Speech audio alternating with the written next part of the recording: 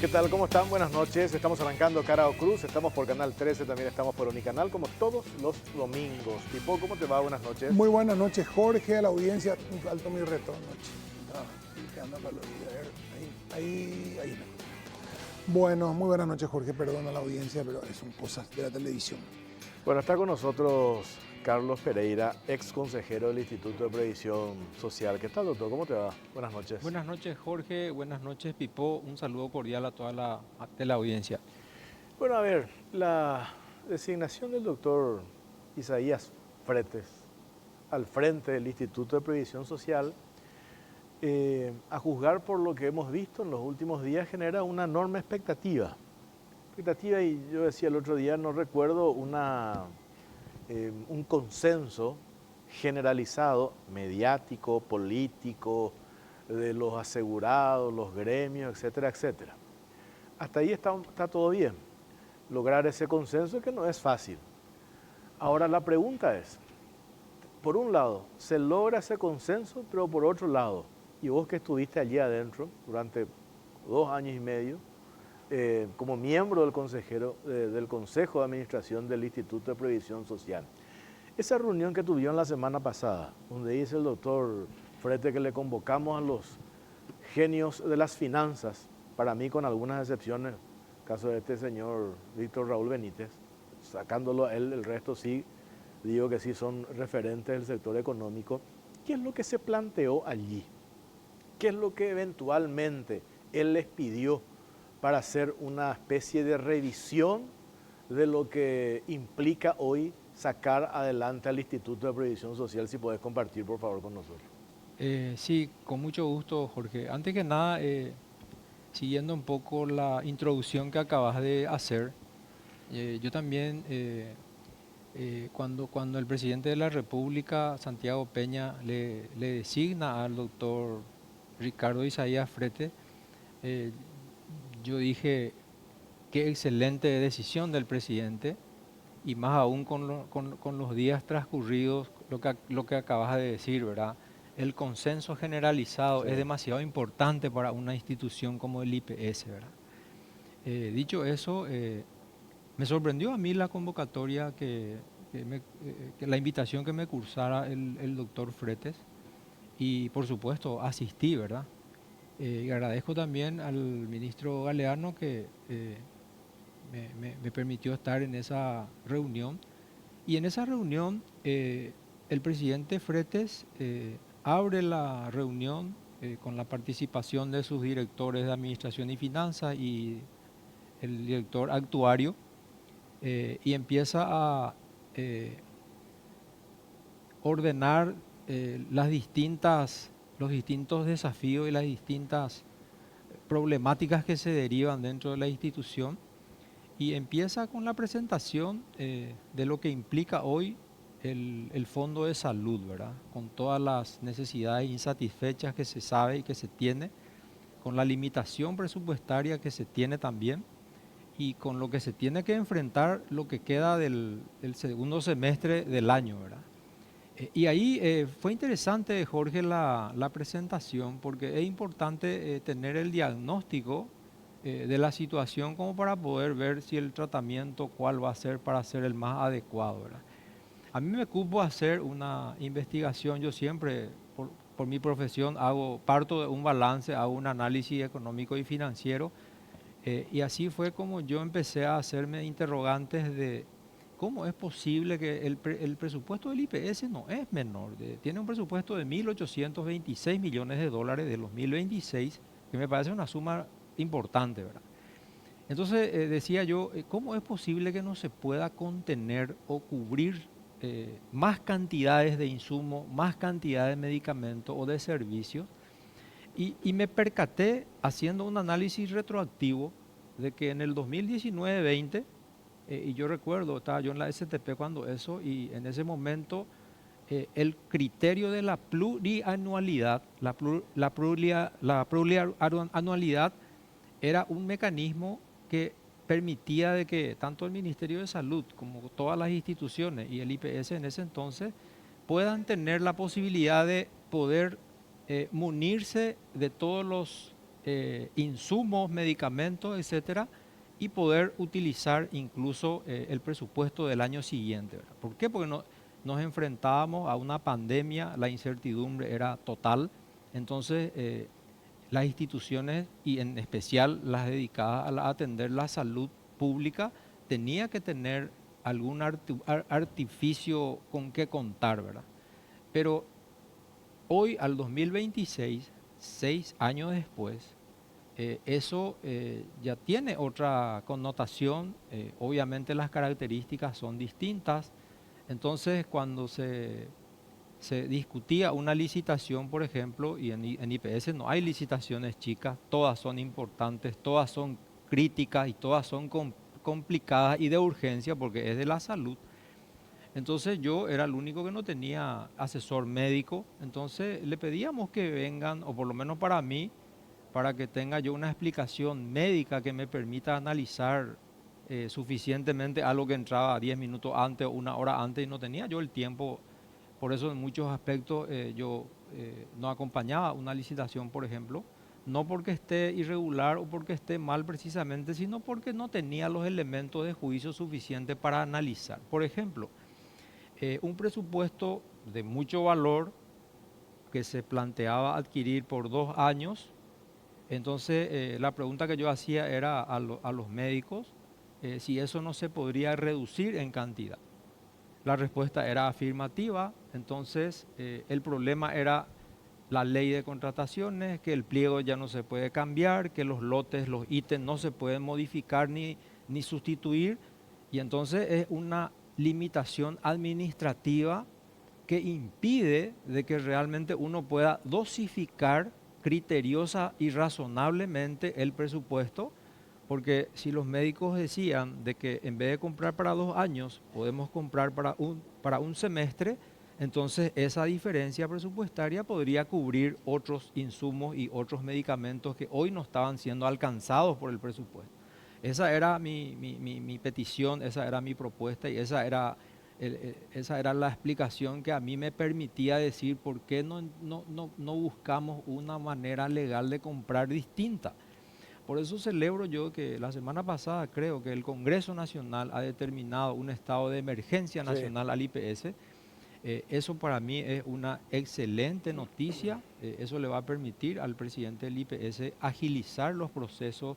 Va a ser mucho más dinámico que se pueda licitar vía concurso o vía subasta por la vía de la excepción, etcétera, de manera de que en una semana se pueda publicar todas las especificaciones técnicas, todos los ítems que necesitan los distintos medicamentos de los lotes que se tienen que adjudicar, y eso le va a dar una dinámica muy distinta, ¿verdad? La gente va a poder, los proveedores van a poder ver qué es lo que el IPS requiere.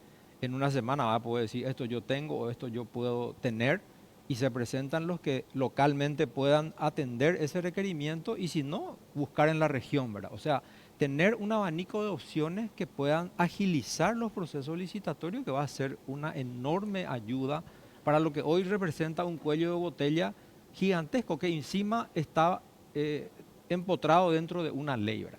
Ahora, doctor, una consulta en ese caso. Hay como una industria de la impugnación de licitaciones y de la presentar incidentes y de trancar licitaciones. O sea, es como un negocio aparte, ya lo vimos, hablamos muchas veces, de gente que se dedica a entrar a las licitaciones sabiendo que no tiene condiciones de competir o en calidad o en producto o en precio ni nada, y después empieza con las trabas.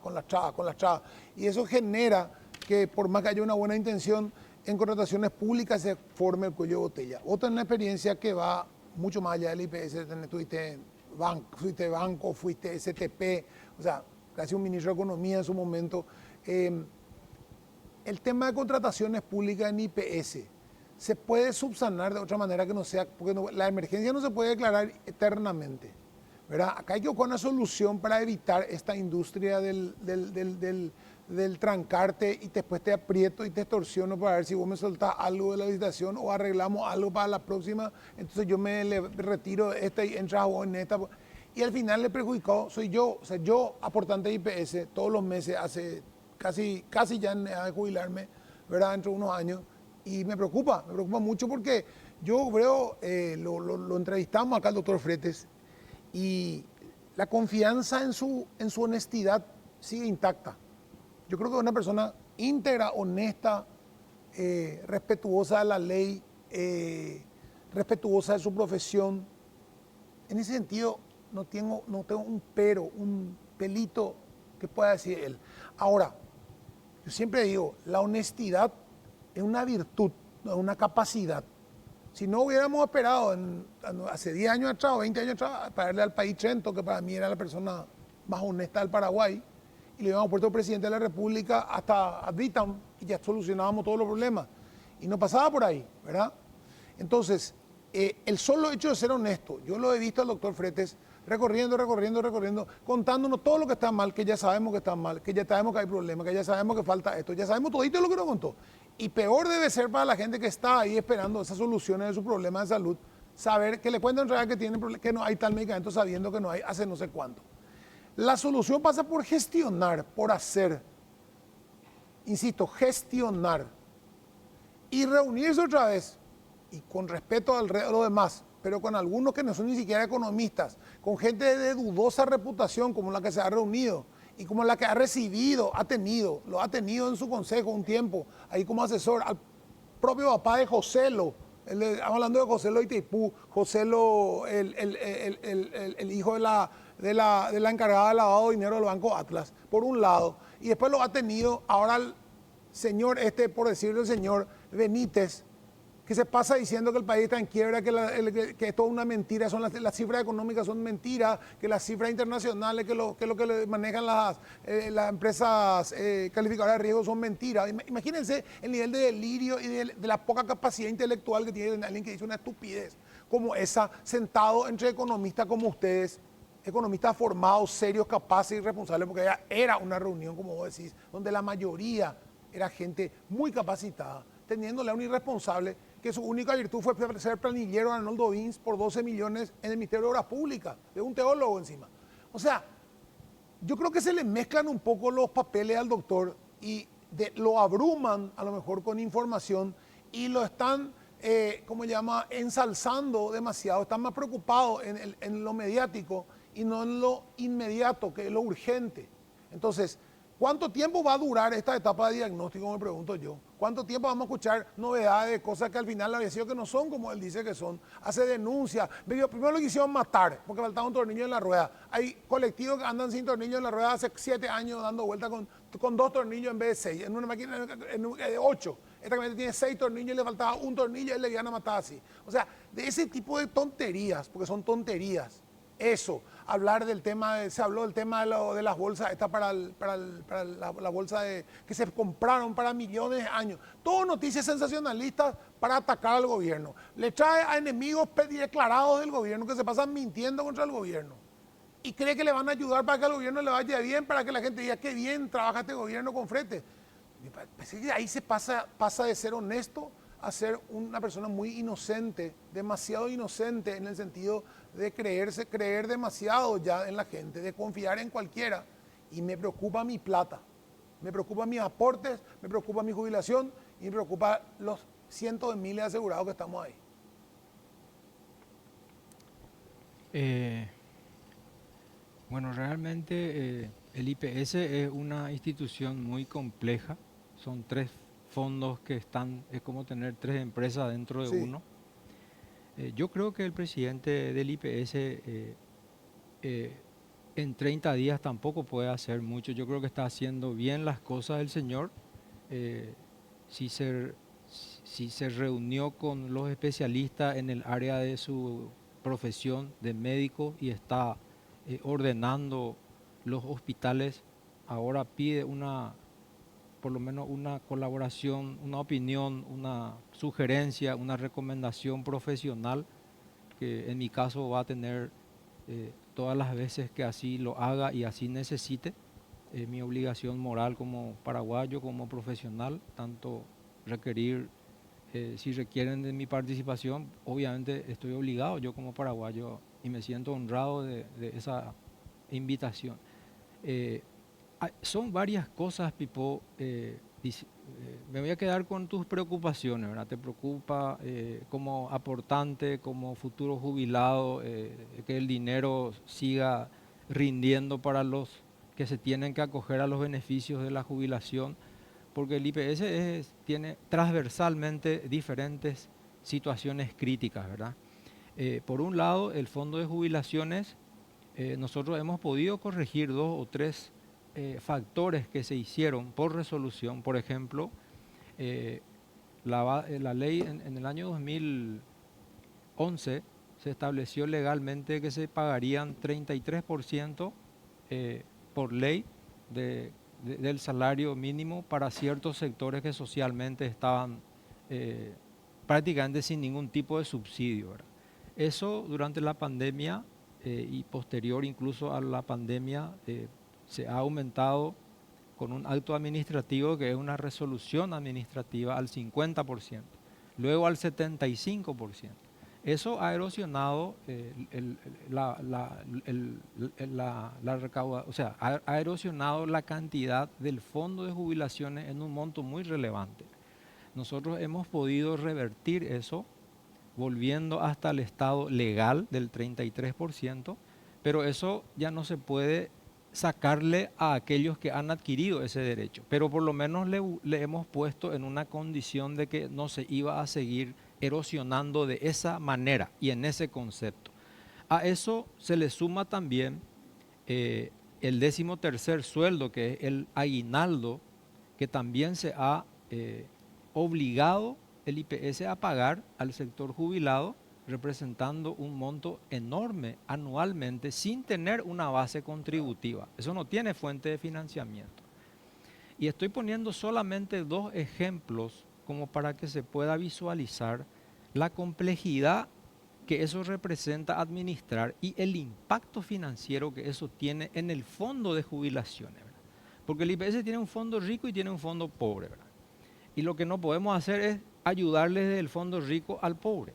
Entonces, ¿qué es lo que en algún momento nosotros hemos visualizado como una estrategia de que dentro de lo que hoy establece la 7235, la ley 7235 de jubilaciones y pensiones, tiene uno de sus articulados, habla de que el IPS puede colocar en el mercado internacional también?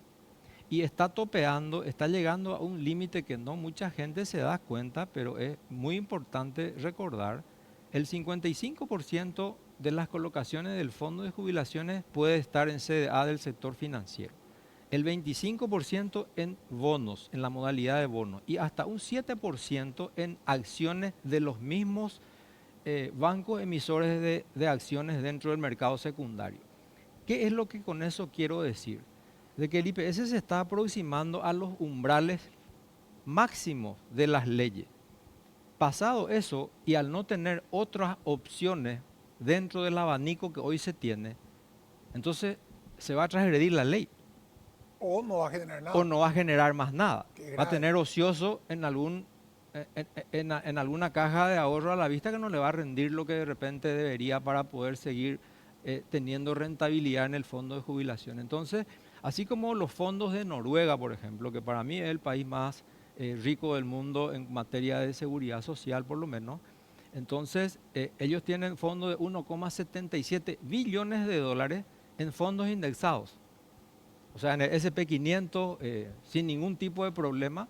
Y nosotros acá tenemos que romper no solamente un paradigma legal, sino que tenemos que también saber comunicar a la gente para no entrar en pánicos y en temores, porque la gente no va a entender.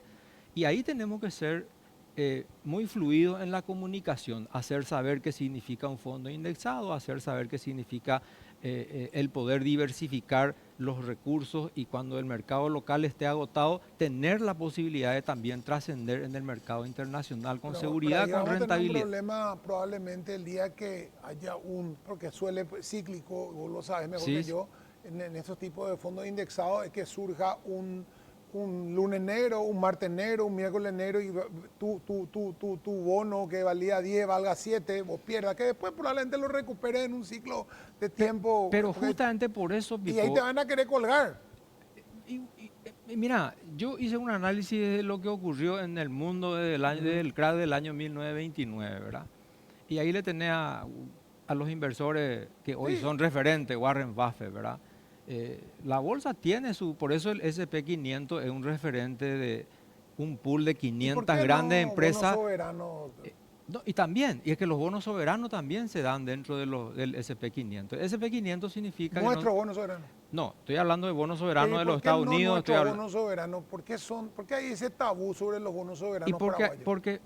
porque lastimosamente en la ley 7235, yo no sé por qué se excluyó el bono y la explicación que a mí me dieron fue de que se temía de que fuera o que corriera con la misma suerte de lo que hoy implica el 1,5 que históricamente el Estado no pagó al IPS en materia de aporte, ¿verdad? Ahora, Entonces, esas son cosas que ocurren porque no se comunica bien, Claro. Pipo. A mí me parece muy bien lo que vos decís, pero es muy difícil que en 500 empresas a todas les vaya mal, ¿verdad? La estadística te demuestra de que si le fue mal a 10, Sí. quedaron plenamente compensadas con las 490 doctora, restantes, ¿verdad? aterrizando un poco el tema, hacia lo más concreto. Sí. A ver, en el tema de IPS, ya probamos, me parece, de todo. Escuchamos que coincidimos en que hacer la descripción del problema del IPS, enseguida vamos a hablar con Camilo Pérez. Pérez, el candidato a la Intendencia de Asunción. De memoria sabemos, vos que estuviste como interventor, cuáles son los problemas en Asunción. Y en IPS también sabemos cuáles son nuestros problemas. Sobrediagnosticado, ¿quién decía? El presidente Santiago Peña. Sí, está de memoria. sobrediagnosticado. Entonces, me parece ese es el bueno, diagnóstico. entonces, ahí yo recuerdo cuando la comisión permanente, el caso de que le pasó acá a nuestro compañero Braulio, terrible Sí. por cierto, Ese se fue el planteó, motivo del yo, ¿por qué salí? ¿por qué saliste, verdad? Ahí se había planteado hacer una modificación de la carta orgánica del IPS. Hoy está demostrado que es una cuestión, aunque vos le pongas al más honesto, es una cuestión de que el sistema, hoy ese sistema no funciona. Ahí está. No funciona el sistema. Entonces, ¿qué tenemos que hacer? Modificación de la Carta Orgánica del Instituto de Previsión Social, que es de 1943. Imagínate, 1943. La realidad era pero totalmente distinta. Entonces, cuando se plantea un cambio estructural, está en el presupuesto hacer esa división. Me tocó hablar el jueves a la mañana con el doctor Isaías Frete. Y él dijo, pónganme a mí en un quirófano y yo te voy a hacer maravillas. Cuando él estuvo acá dijo, nosotros queremos que el médico le toque al paciente. Y habló de la humanización, de la atención al asegurado del IPS, que es lo que todo el mundo quiere.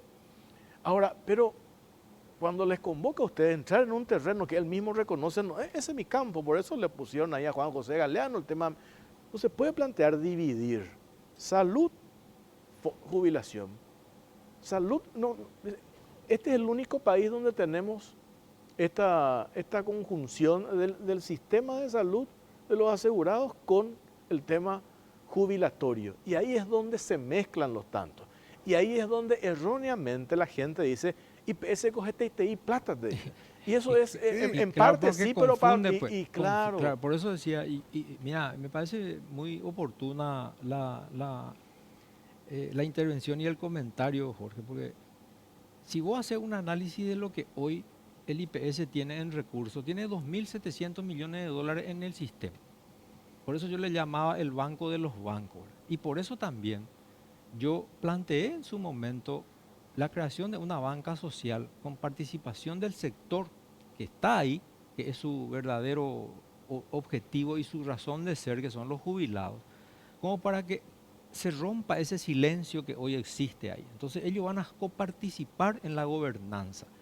¿Y por qué se había planteado eso? Porque en el pasivo había una cifra de 33 millones de dólares con una nomenclatura de fondo de contingencia. Hice toda la investigación y la explicación es simple. Todos los que prestan, funcionarios, jubilados y pensionados, que reciben crédito del IPS, tienen una cartera no despreciable de 482 millones de dólares, es un banco, con una morosidad de 0%. ¿Por qué? Porque se le debita al funcionario, al jubilado y al pensionado. No hay ningún tipo de riesgo, no tiene todas las especificaciones que tienen ni siquiera los bancos, pero tiene una calidad de cartera envidiable. Entonces, dicho eso, con esa cantidad de 33... la carta orgánica. No hace falta. Porque yo estoy de acuerdo en ese punto, pero también estoy de acuerdo en el punto de los bonos soberanos locales. Hay que tocar. Yo lastimosamente no pude, o sea, no teníamos nosotros ninguna invitación por lo menos para poder peticionar de que los bonos del del Estado paraguayos sea que están siendo comprados por fondos de pensiones. Imagínate, están comprando en Estados Unidos, en guaraníes incluso, Sí. y nosotros no podemos comprar. Ok. Porque hay un temor de la gente que dice de que es asimilable a la deuda que tiene el Estado con el IPS del 1,5% que no se pagó nunca, ¿verdad? Para mí eso es algo que, no sé, deberíamos de haber insistido de hacer una convocatoria nacional, una audiencia pública. Muy simple que se lo planteó 1000 veces, se viene escuchando hace años, que es el famoso bono sin vencimiento. Porque además de eso, la seguridad que tiene el bono soberano no tiene nadie. Claro. Solamente el BNF, que a mí me tocó hacer la modificación en la Carta Orgánica y mantiene el 100% independientemente del monto. Para ir redondeando, Sí. doctor, sé que trabajaste muchísimo sobre ese tema. Hoy está de vuelta en discusión la oposición Alberto Cabrera, el ministro auditor del Poder Ejecutivo que se encarga del tema de los inmuebles del IPS. Hoy el IPS tiene, corregime, 900 y pico propiedades. Sí, 776 catastros, pero Sí. 991 propiedades que justamente Hoy- yo había hecho un informe, Eh, un diagnóstico, en donde, por ejemplo, de administraciones anteriores habían contratos de 20 años, con plazo de gracia de 24 meses. Yo pedía que eso se revise y se revierta incluso, a buscar alguna cláusula de rescisión. Y también el pedido de censar inmuebles que están dando rentabilidad y analizar también si esa rentabilidad se compadece realmente con la realidad económica actual. No es que porque estén con contratos nomás dejar. Y identificar los bienes ociosos. ¿Para qué? Justamente para aprovechar hoy el espacio que permite la ley de jubilaciones. Anteriormente estaba prohibido al IPS enajenar inmuebles, pero hoy con la aprobación y con la reglamentación de la Superintendencia de Jubilaciones y Pensiones, perfectamente el IPS puede hacer tasar esos bienes Así a es. valores de mercado y con el solo hecho de tasar y actualizar sus patrimonios, el IPS va incluso a compensar lo que hoy está perdiendo en costo de oportunidad por no poder ¿y por qué no cobrar, hacemos ejemplo. eso? Y Gestión. uno Claro. puede sugerir, por eso yo al consejo, cuando yo salí, concluí de que en el año 1943 el consejo pudo haber sido una excelente participación, una excelente gobernanza corporativa, pero yo hoy, teniendo en cuenta el modus operandi, el presidente nombra a sus gerentes con personal de confianza, el consejero pide informe y a veces no recibe, no se inmiscuye en la gestión operativa, no participa en ninguna gestión, no es ordenador de gastos, no firma cheques, no hace ningún tipo de pedido que tenga que ver con alguna licitación ni mecanismo de adjudicación, ni mucho menos. Entonces yo mismo concluí, después de lo que ocurrió con la muerte de este muchacho, Braulio, de que el Consejo hoy debería de apartarse de la gobernanza. De paso va a ser un ahorro de 150 millones, que son 1.800 al año, que por lo menos algo va a poder invertirse con ese dinero. Entonces va a fluir mejor la decisión administrativa. Claro. ¿Por qué? Porque el presidente con su gerente no necesitan tanta Como hace un burocracia. ministro. Como hace un ministro. ¿Cómo hace un ministro, Claro. verdad? Ordena de acuerdo a las acciones y a las políticas que en ese momento necesiten resolver. Si te llama otra vez el presidente IPS, vas a acudir. No sé, Jorge, yo estoy... Porque él nos dijo el jueves a la mañana, le vamos a invitar una segunda reunión a los genios de las finanzas. Yo voy a estar atento siempre cuando me llama mi país, cuando un presidente de la República te llama, es porque como soldado tenés que Sí. asistir, ¿verdad? Y si el presidente del IPS considera que mi humilde participación pueda contribuir a sumar, con mucho gusto voy a volver a estar. Perfecto. Doctor, gracias por su tiempo, muy amable. Al contrario, Jorge, gracias, Pipo, y un saludo cordial a toda tu teleaudiencia. Nosotros tenemos que hacer una pausa, Pipo. A la vuelta, Camilo Pérez va a estar con nosotros, precandidato a la Intendencia de Asunción por el Movimiento Honor Acá Colorado. una semana. De hoy en 8 a esta hora ya vamos a tener resultados. Sí, señor. ¿Verdad? Vamos a estar acá también. No, vamos a estar acá en vivo, sí, por supuesto. Bueno, pero antes de la pausa, pedí tu moto Buller en Bristol con una cuota de regalo. Además incluye chapa gratis desde 259.000 guaraníes con las mejores cuotas del país sin entrega inicial. Bristol, la mejor casa de electrodomésticos del país.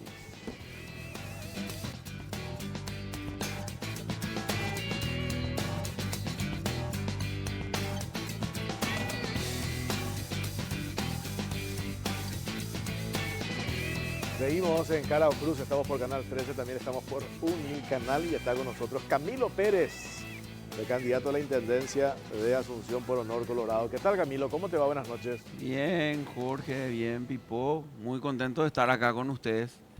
Encantadísimo. Bueno, de hoy en noche, a esta misma hora, domingo, Voy a estar hablando con ustedes. ¿Sí? Claro. Ya, escuchaste lo que digo. No, anoté y voy a guardar el clip. Claro, ¿por qué no? Es Con esta misma Y después sonrisa. la general, cuando venga para la general. Y con la le voy a misma decir, risa. ¿te acordás? Claro, yo soy caballero, yo soy caballero. Cumplí eso, no te quiero ver ahí esa Villamorra en otro canal. No, ahí, no, hombre. no, no. Bueno, ¿estabas confiado, Camilo? Sí, súper, súper. ¿Sí? O sea, no hay motivo para no estarlo, ¿verdad? Todos los números avalan nuestra victoria y la calle, ¿verdad? Porque ¿Qué sentí en la... Contanos eso, ¿qué sentí en la calle? uy, sí, la verdad que es una sensación espectacular, ¿verdad? Tengo que reconocer que si bien la campaña tiene varias aristas y varias cosas que hacer, ¿verdad? Reuniones, grandes eventos, eventos chicos, eventos grandes, caminata. Si Hoy hay algo tuviste que me caminata. enamoré de la caminata. Hoy tuviste caminata. Hoy lo que estamos teniendo, o sea, acabamos de finalizar, es la Gran Caravana, que fue un súper éxito.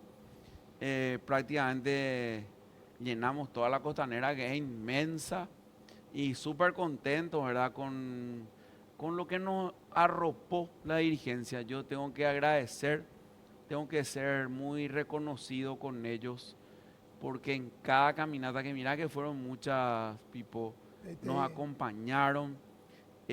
Hoy ya la gente, porque vamos a seguir hasta el último día caminando, ¿verdad? Hasta el último día permitido en ley. La gente sale a saludarnos, porque normalmente vos marcás una hoja de ruta, ¿verdad? Y, por ejemplo, acá la calle, vamos a llamarle una cosa así para que la gente entienda, la calle España Derecho, ¿verdad? Y sale la gente sobre la calle América o sobre la calle Venezuela y tenés que entrar porque no le podés dejar a la gente que salió no saludarle. Eso nos está pasando.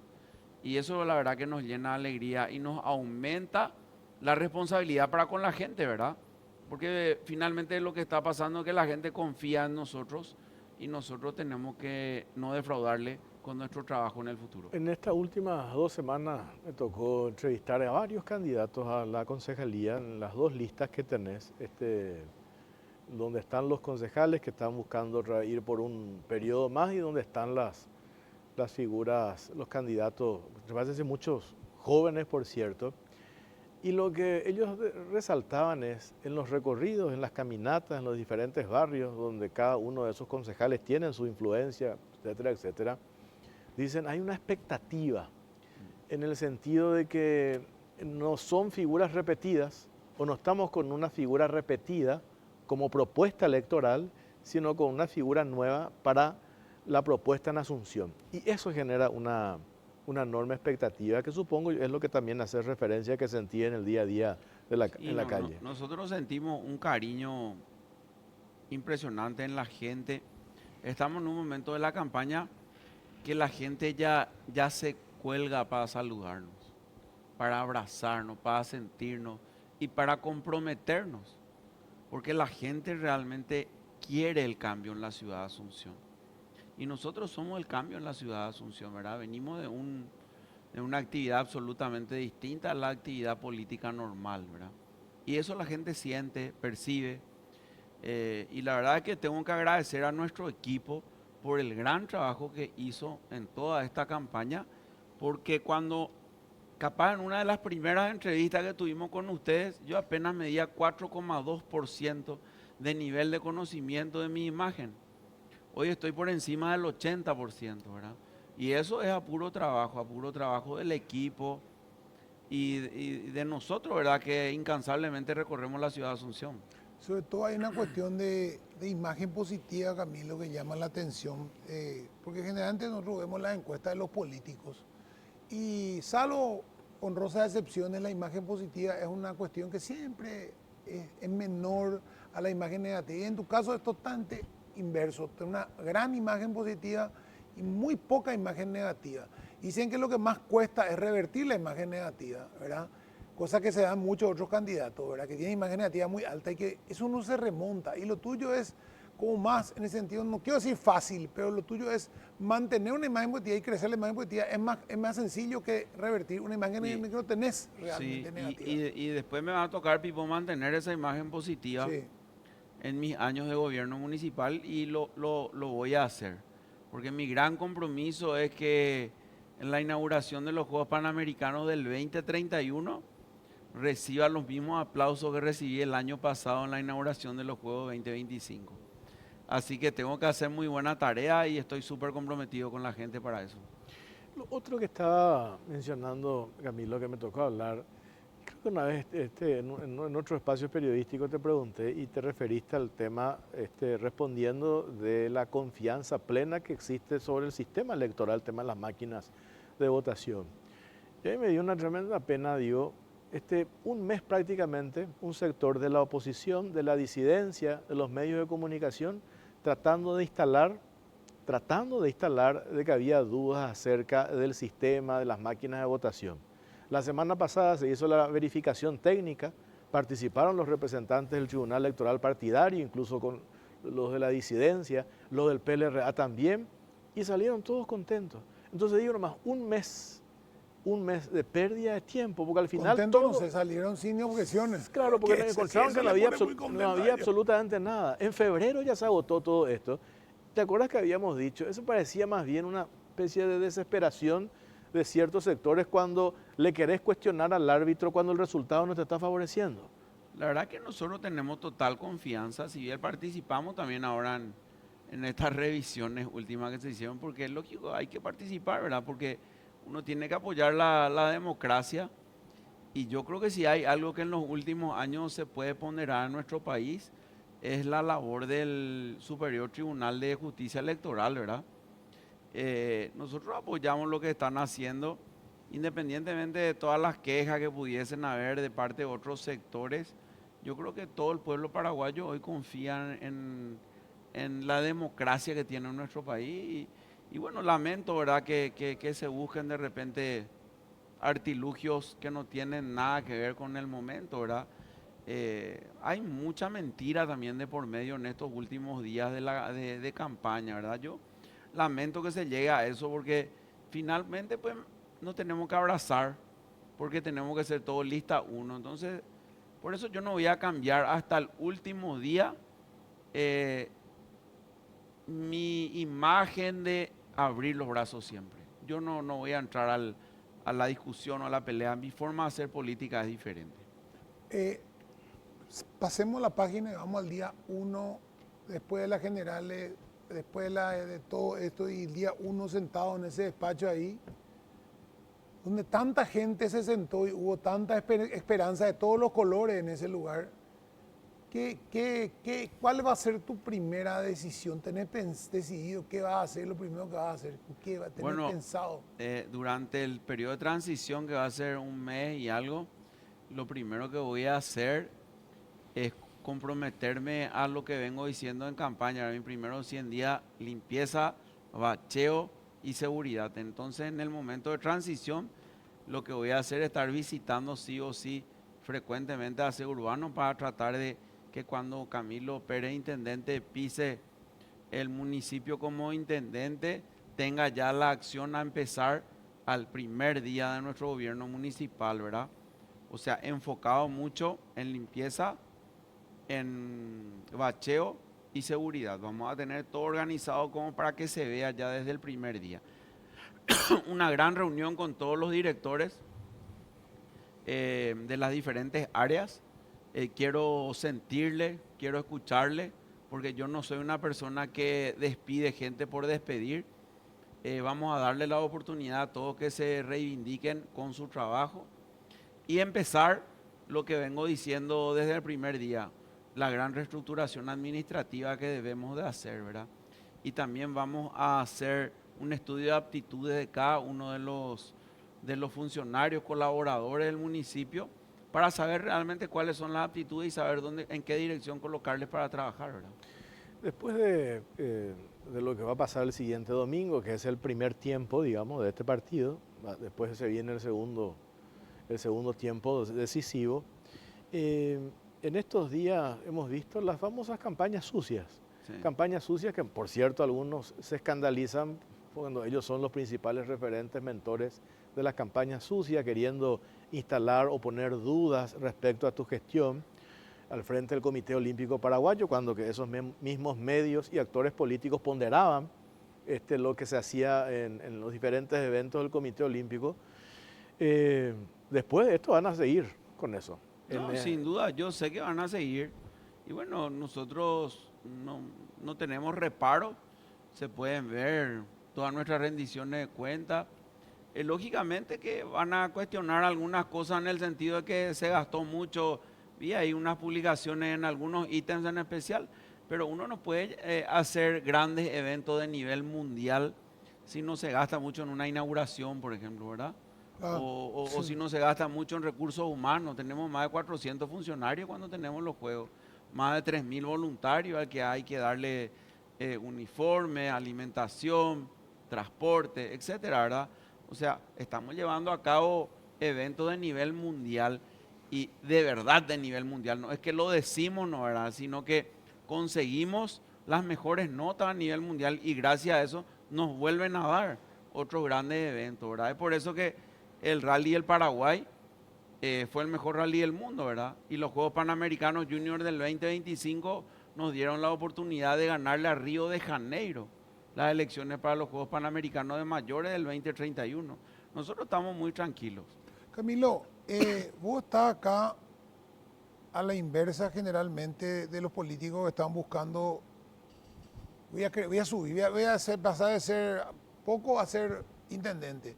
Vos estabas viniendo de arriba, de ser presidente del Comité Olímpico, de tener un éxito, de ser presidente, inclusive fuiste presidente del ODESUR, sos miembro del Comité Olímpico Internacional. del Comité Olímpico Internacional. O sea, estás ya en un lugar que en tu carrera, por lo menos de dirigente, estás dentro de lo más arriba que se puede Estamos en estar. el máximo, en Claro. el mejor momento de la historia del deporte paraguayo también, Pipo. Y estás poniendo eso en juego acá, tu prestigio. Vos estás poniendo en juego tu prestigio, cosa que no suele pasar. Generalmente uno busca el prestigio que le da la política. Vos estás poniendo en juego tu prestigio, tenés mucho más riesgo inclusive, porque vos decís, si yo no hago una buena gestión acá, mi carrera deportiva también va a sufrir, se va a acabar probablemente después la de esto, imagen va a sufrir. ¿verdad? Y vos tenés mucho por delante, tienes tiempo por delante todavía para seguir creciendo en esto. Justamente por eso, o sea, el desafío es más grande, yo sé, por ahí me contaron que vos una de las condiciones que pusiste es, acá yo no tengo jefe, yo soy el intendente de Asunción, hay un equipo político que para respaldarme, no para dirigirme, que es lo importante, ¿verdad? Yo creo que eso es muy importante cuando vos tenés la lapicera y vos sos el que vas a decidir. Porque hemos visto casos de intendentes que no han tenido la lapicera y que han tenido directores que han sido de todos los colores, de grupos, de diferentes grupos que no tienen nada que ver uno con el otro, con intereses diferentes a los mismos del intendente, diferentes entre ellos mismos, intereses que no tienen que ver con la ciudadanía. Acá tu interés va a ser cumplir con la ciudadanía para salir mejor de lo que entraste y por otro lado te respondes a vos mismo. Bueno, es muy importante que la gente sepa, ¿verdad? Que yo no pienso venir a macanear, Pipo. O sea, yo no estoy saliendo del mejor momento y con una imagen súper buena, no solo en el ámbito nacional, sino también internacional, para venir a quemarme en el municipio. Yo voy a tener una única línea, ¿verdad? Una línea muy transparente, donde la gente va a saber todo lo que hacemos. Vamos a tener un muy buen equipo de comunicación, va a saber lo que yo hago absolutamente todo el día. En qué gastamos el dinero, o sea, vengo diciendo en mis reuniones, los 10 primeros días de cada mes vencido, la gente va a saber cuánta plata entró al municipio. Y en qué gastamos, para que la gente esté tranquila y pueda pagar con confianza su impuesto. Más que nada eso, ¿verdad? Y pensamos hacer muy buena letra, porque creo que el municipio se merece volver a tener la confianza de la gente. Hoy está muy desvirtuado eso, ¿verdad? Y tuve muchas reuniones ya también con diferentes direcciones del municipio y una gran cantidad de funcionarios, colaboradores, futuros compañeros de trabajo, y ellos realmente están cansados de que la gente les trate como como que son Claro. medio despreciados, ¿verdad? Y nosotros vamos a reivindicarlo y vamos a convertir el municipio en un ejemplo. En poco tiempo se van a dar cuenta de eso. La gente también quiere eso. Para el día del próximo domingo, le escuché a apoderados de otros sectores, la disidencia, expresar preocupación en el sentido, parece que no hay recursos para los mesarios para por lo menos que lleven una vianda y un sanguchito a media mañana. O sea, un problema logístico tremendo, ¿verdad? ¿Cómo están viendo ustedes? No, nuestro movimiento es muy poderoso y tiene mesarios, o sea, vamos a tener miembros, apoderados, veedores, todo lo necesario para cuidar nuestros votos. Nosotros hoy tenemos los votos para ganar, ahora hay que cuidarlos. Y tenemos el equipo para cuidarlos, vamos a movilizar más de 3.000 personas para defender nuestros votos. Estamos haciendo un trabajo de laboratorio muy importante para cuidar nuestros votos.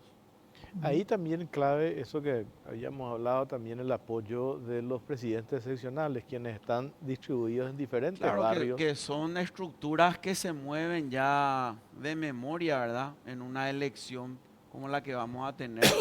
Acuérdense que de 45 presidentes seccionales, 40 están con nosotros y esa estructura eleccionaria que ellos tienen es la que vamos a fortalecer sin lugar a dudas, ¿verdad?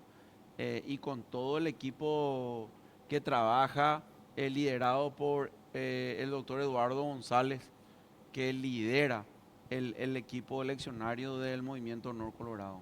Lo otro que me parece muy, muy importante es el trabajo que se realiza desde las bases. Cuando vos insistís siempre de 45 presidentes seccionales, 40 están trabajando, este sistema del voto preferencial y con los nombres y los candidatos para todos los gustos tenés en tus dos listas, el electorado colorado para las internas, digo, tiene un abanico de opciones.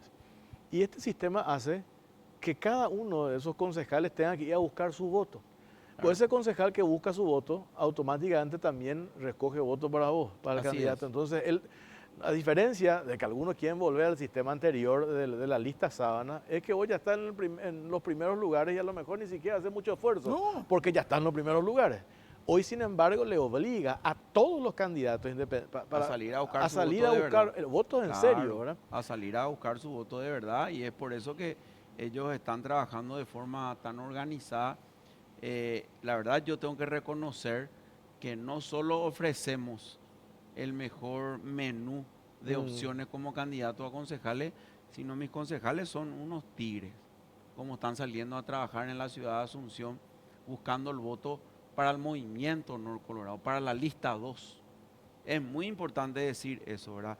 Yo me siento muy fortalecido con mis candidatos a concejales de la manera que ellos están trabajando. ¿Cómo va a ser tu relación con la Junta Municipal justamente? A veces es tirante, a veces no es tan tirante, a veces es complicado. Son un parlamento, son como el parlamento municipal, son el parlamento municipal, ¿verdad? Y muchas cosas tienen que pasar por ahí. De repente, tu capacidad de negociación, ¿qué tal es en ese sentido? No, es buena, solo que la gente va a saber el día que yo mando un proyecto a la Junta, voy a publicar, porque la gente tiene que saber. Y normalmente eso tiene una X cantidad de días para su aprobación. Vamos a publicar también eso y el día antes del vencimiento vamos a recordarle, mañana vence, la ciudadanía quiere este proyecto, porque no voy a hacer nada que la ciudadanía no quiera. Y cuando afecta, por ejemplo, mucho a un barrio, como estos desagües pluviales que son complicados a veces, vamos a hacer audiencias públicas, que la gente sepa cuándo va a empezar, cuándo va a terminar, por dónde va a ir el proyecto. O sea que existen hoy proyectos muy importantes en la ciudad de Asunción que la gente no sabe ni por dónde va a ir.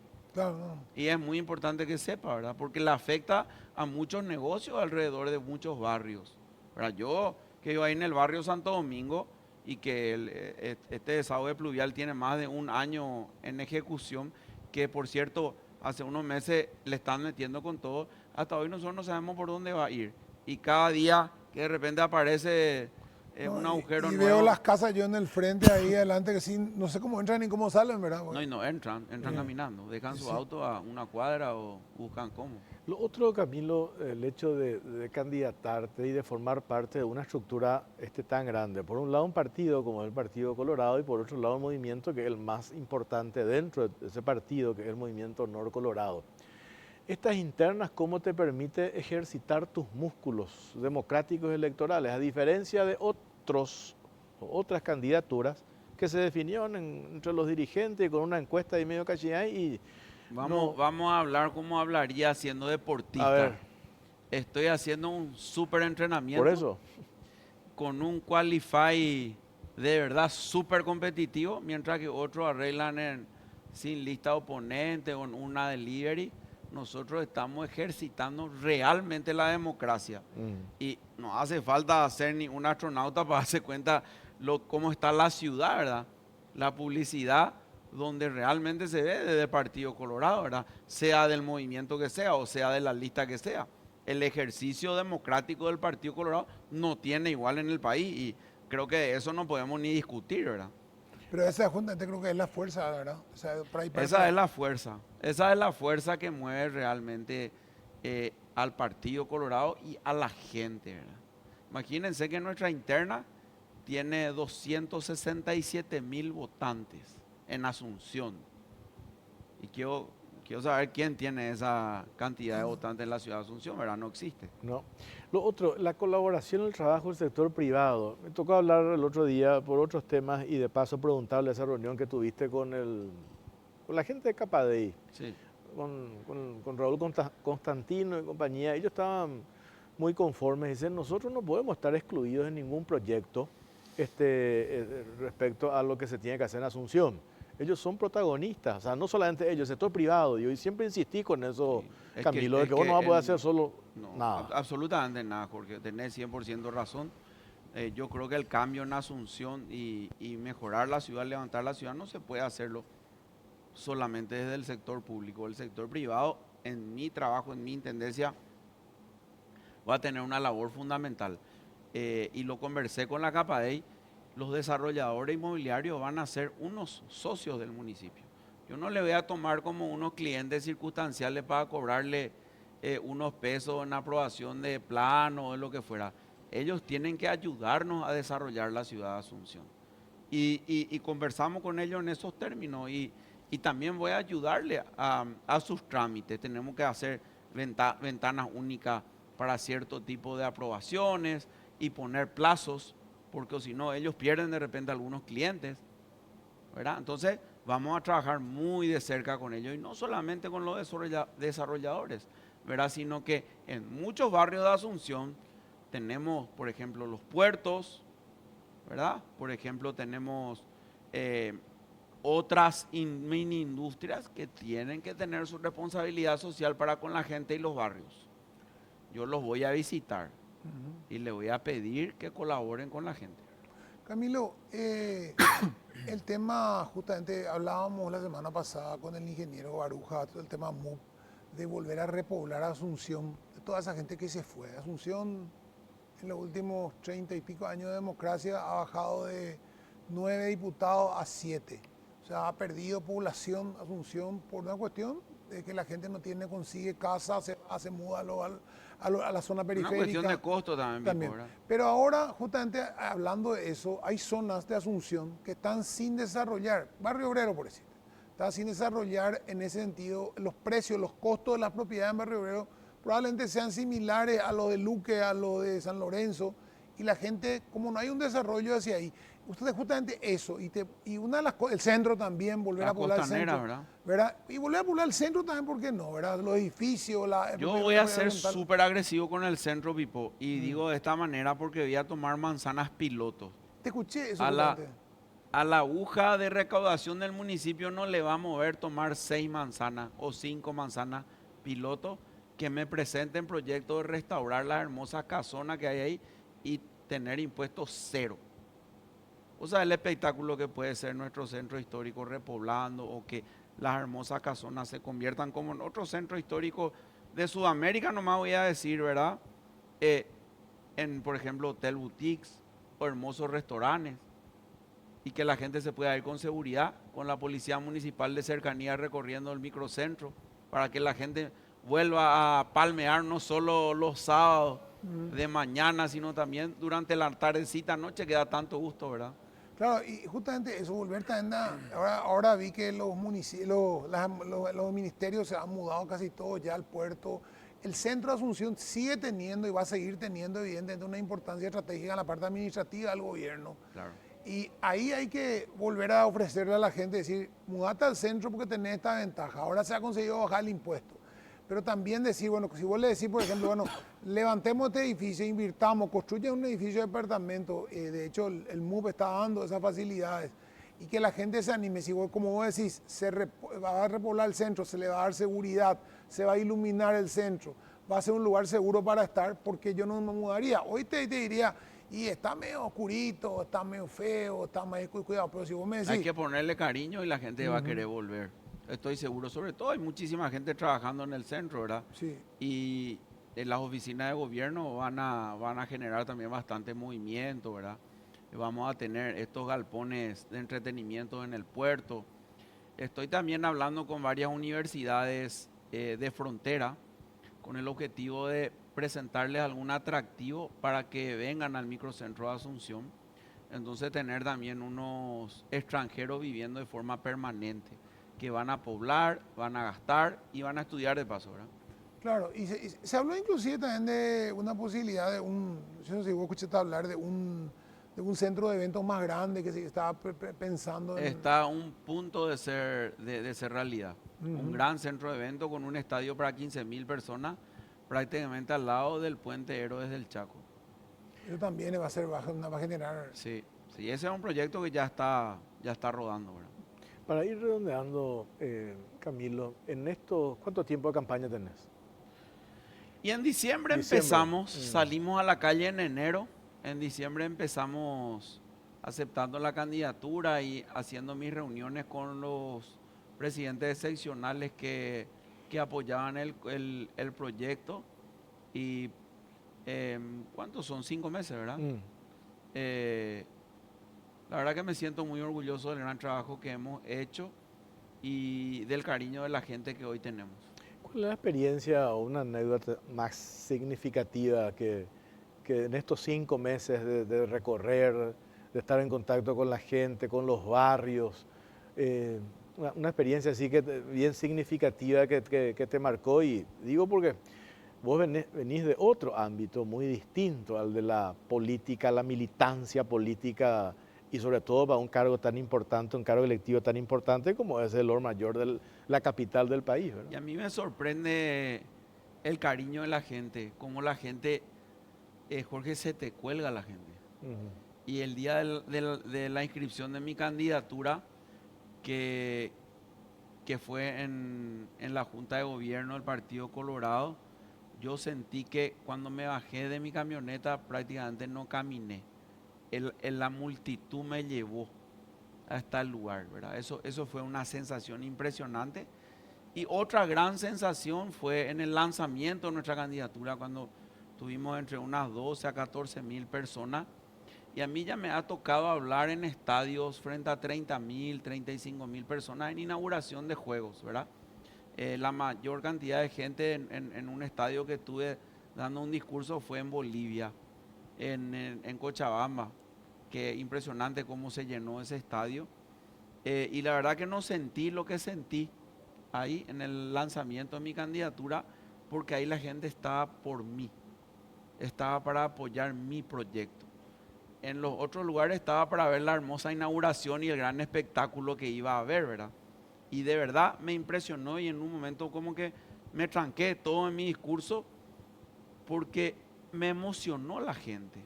El cariño de la gente es irreemplazable. Y el presidente Carter me dice siempre: Camilo, el partido te va a sorprender todos los días. Y vos sabés que es así. Hay gente impresionante que se acerca, de todo tipo, gente que casi no puede caminar de repente, con muletas, camina media cuadra porque va a pasar por ahí tu caminata para darte un abrazo y decirte que sos la esperanza. para recuperar la ciudad de Asunción. Eso no tiene precio.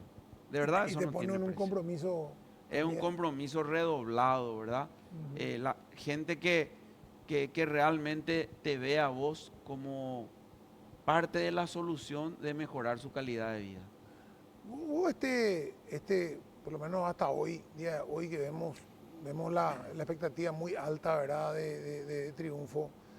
¿Te sorprende? A ver, no necesito entender la palabra, pensás que eso se debe también a que tu campaña fue una campaña positiva, no una campaña de hablar de fulano, de mengano, sino hablar de lo que vos vas a hacer, de lo que hay que hacer, de que sabes lo que tenés que hacer. Esa campaña en positivo vos estás haciendo, no una campaña de destrucción, ni de pelea, ni de choque, ni de confrontación, ni de pasar factura. Es que nosotros nos damos cuenta de eso en la gente, ¿verdad? A la gente no le gusta más que hables mal del otro.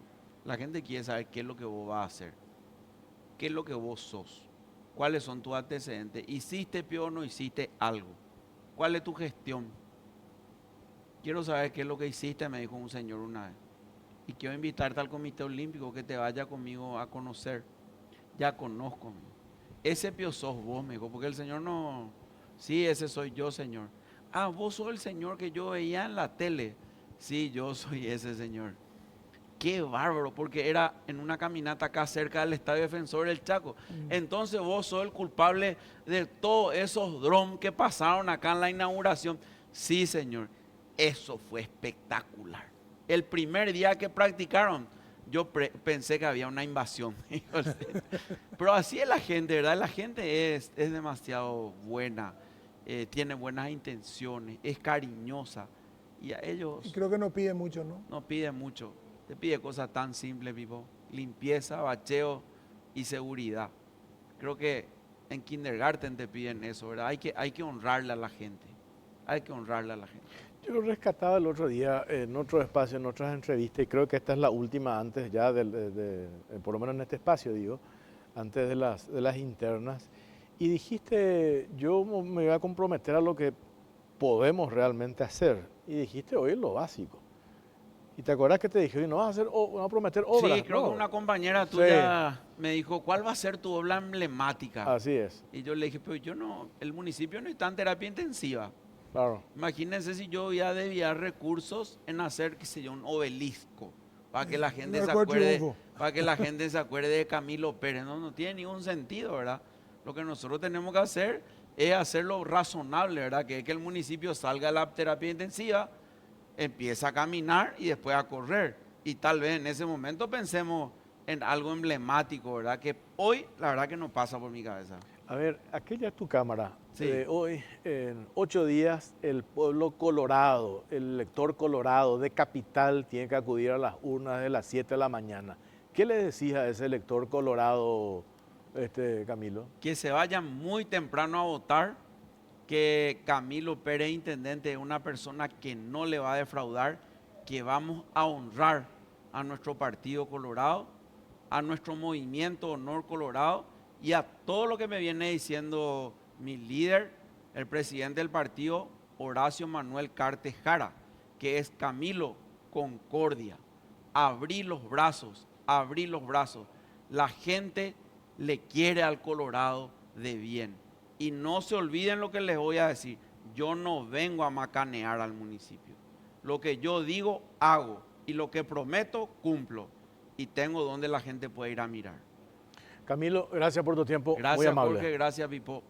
Le tomamos la palabra. Hoy, Sí, señor. en 8, No, acaba de decir que Camilo cumple. ahí está, Así ahí que- está. Bueno, gracias, Camilo. No, un placer. Nosotros nos vamos a la pausa, a la vuelta. Va a estar con nosotros Alberto Zborowski, viceministro de Comercio y Servicios. Hacemos la pausa, pero antes, el Mundial se vive en Bristol. Lleva ahora y paga después del Mundial y aprovecha las super ofertas en televisores, motos y celulares con las mejores cuotas del país. Además, participás de poder ganarte una increíble Volkswagen Tiguan 0 kilómetros y 50 gift card para renovar tu hogar. Bristol, la mejor casa de electrodomésticos del país.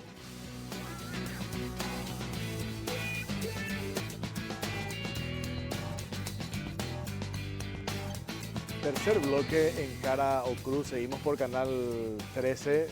Seguimos en Canal 13 y también por Unicanal. ¿Por qué yo me acostumbré a mirar acá? Acá estoy. Miramos la tele, no miramos la cámara. No, pues, siempre ahora me cambiaron, pues siempre estaba acá. Bueno, está Alberto Zborowski con nosotros, viceministro de Comercio y Servicios. Nosotros nos acordamos, Alberto, cuando fue presidente de la Cámara Paraguaya de Supermercados. ¿Te ¿Qué le acuerdas? restábamos? No le restábamos. Mal pasó, ese sector sí que pasó mal en el gobierno anterior, tema contrabando y compañía. ¿Qué tal, Alberto? ¿Cómo estás, viceministro? Jorge, un gusto estar acá contigo. Saludos también para Pipo. Placer.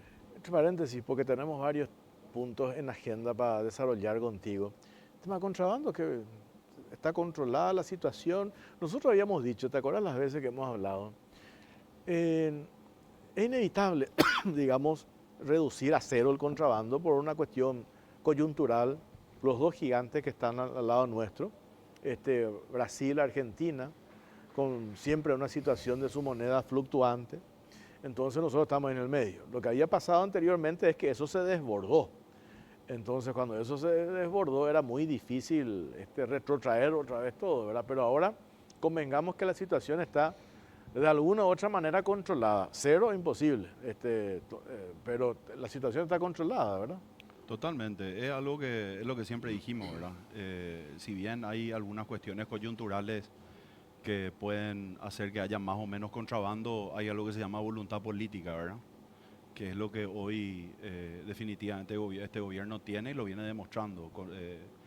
Es muy diferente los controles que se hacen hoy en día con lo que se hacían en aquel momento que mencionás, donde realmente el sector privado pasó muy mal, ¿verdad? Así que realmente vemos que las instituciones están haciendo su trabajo y sobre todo están cuidando a la industria nacional y están cuidando al comercio formal, ¿verdad? Así que en ese sentido hay un cambio de paradigma total y definitivamente el contrabando, si bien hay algunas cuestiones que van a ser siempre coyunturales, este gobierno tiene muy claro que tiene que proteger al comercio formal y que tiene que proteger a la industria nacional y lo está haciendo.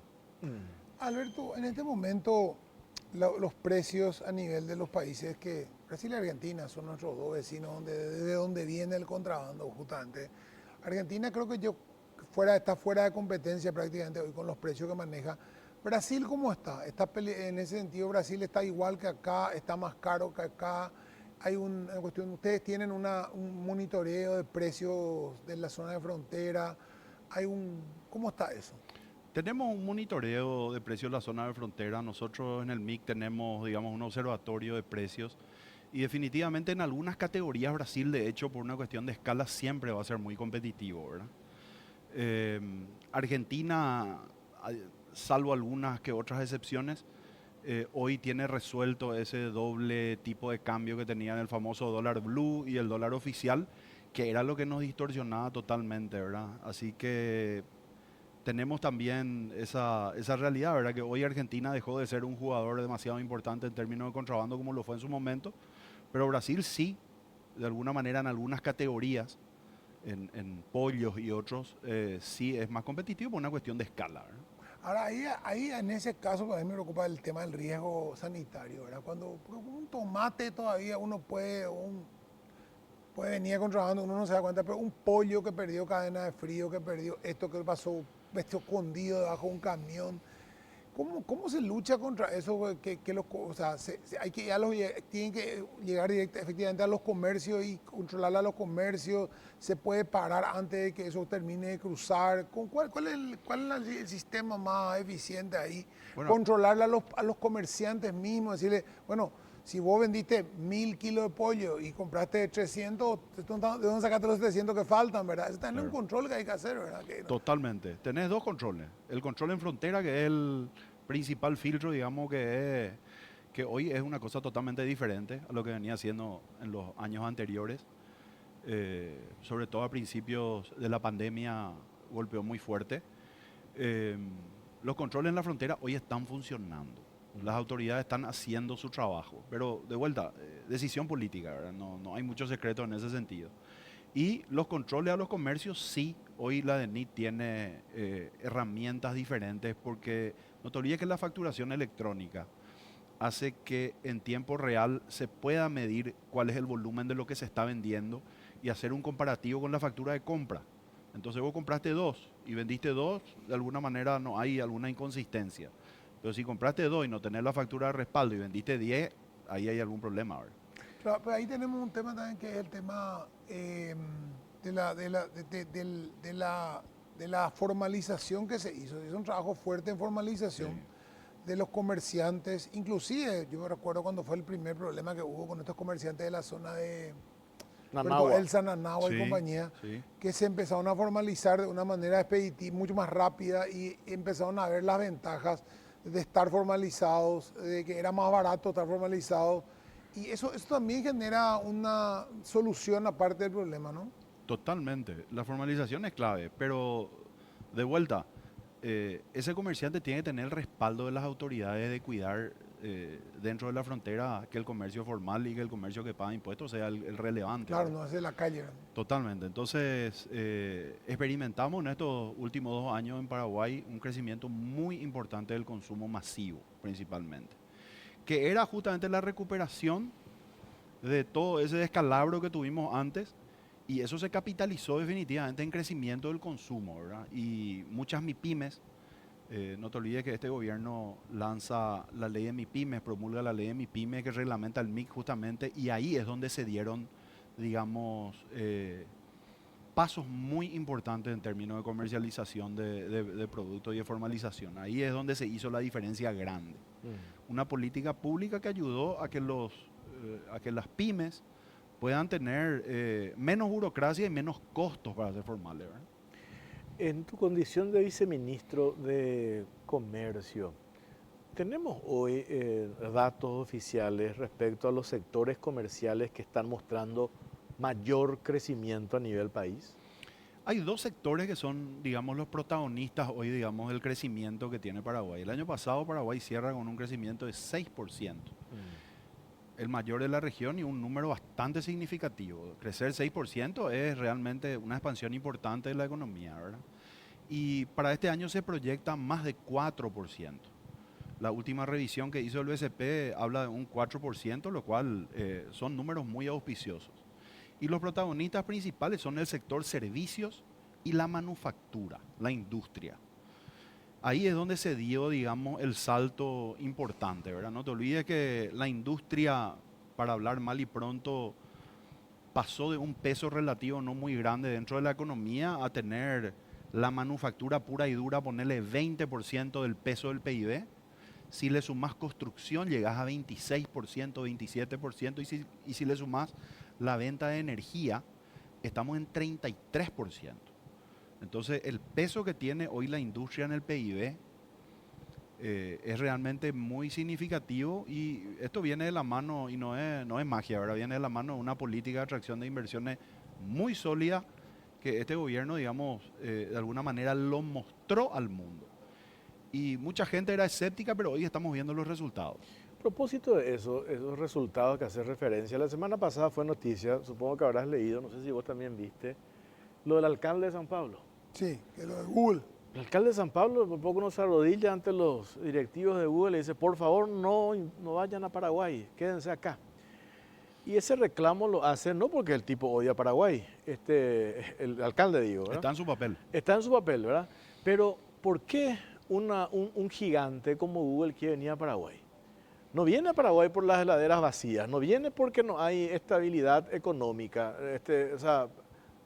viene ¿por qué? Porque tenemos previsibilidad, hay condiciones, seguridad jurídica, etcétera, etcétera. Ese hecho en particular me parece, viceministro, hay que sumarle, Jorge, a eso. Muy bien. Hay una cuestión acá que yo creo que nosotros la vimos pasar y no le hicimos caso, que son fuertísimas como noticias. Peter Thiel, ¿cómo se llama la empresa? Palantir. Sí. Palantir. 300 mil millones de dólares de valor de mercado. Una especie de Elon Musk de la IA. Y el dueño de Millicom. 15 mil millones, 20 mil millones de fortuna personal, otros 30 mil millones de fortuna personal. O sea, gigantes de la industria. Vinieron acá al reunirse en Burubicharoa con el presidente Peña, no, es que el presidente Peña se fue a Nueva York y estaban en un congreso y ahí le presentaron. El presidente de Paraguay, le dan caso, al revés, vinieron en su avión hasta acá, se aterrizaron, se subieron a un vehículo y pidieron audiencia en Burubicharoa para que le reciba el presidente Peña. Y todavía se pone en duda el tema de la IA y el tema del desarrollo y el tema, o sea, esos tipos no tienen tiempo ni para respirar, No. o sea, gratis no hacen nada. Absolutamente. O sea, no vienen para joder, no vienen para conocer el Paraguay, ni para verle cantar a no sé quién, ni, o sea, vienen a hacer muy grandes negocios o no se mueven, ¿verdad? No van a poner una sucursal y no van a abrir una subsidiaria, no vienen a ver qué tal le va a su empresa celular. No vienen por el clima. Eso es un tío, o sea, dos monstruos vinieron. Y nosotros, vino fulano, unos se enojaron porque vino Peter Thiel por su posición política, otro le milicó medio... Viene el tipo, o sea, son gigantes, son a nivel mundial. Gente que tiene acceso a la Casa Blanca, al Kremlin, a donde quieren entrar, ellos entran. ¿Por qué vienen hoy esas personas? Vienen porque Paraguay de alguna manera está haciendo las cosas diferentes. No hay coincidencia. Y eso, lo interesante justamente es poner sobre la mesa de que hoy los resultados se están dando y los datos no mienten. Las visitas que tenemos de estos pesos pesados de la tecnología a nivel mundial. Pero a mí me gustaría agregar sobre todo algo más a eso. Industrias importantes de la Sí, región. DAS, que vino ahora. Totalmente. Y de Europa. No te olvides que hay una inversión en curso confirmada y que ya está, digamos, montándose en la infraestructura, que es el Grupo Costa, que es del sector porcino de España, uno de los más grandes. Ellos ya están acá. Y es su primera expansión internacional. No es que ellos tienen operaciones en 20 países y dijeron, bueno, vamos a ir a Paraguay. Sí, vamos a completar. Después de España vinieron a Paraguay. Nosotros me tocó hacer unas visitas la semana antepasada a España justamente, y nos reunimos con algunas industrias textiles, industrias de ropa deportiva, otro del grupo porcino, gente, digamos, que quiere hacer maquila, y realmente ellos están pensando en Paraguay como hub logístico e industrial para vender al Mercosur, ¿verdad? Entonces, están ocurriendo las cosas, yo creo que los datos no mienten, y ese es el respaldo que tenemos hoy, ¿verdad? Ya que hablamos mucho del hub logístico en diferentes rubros.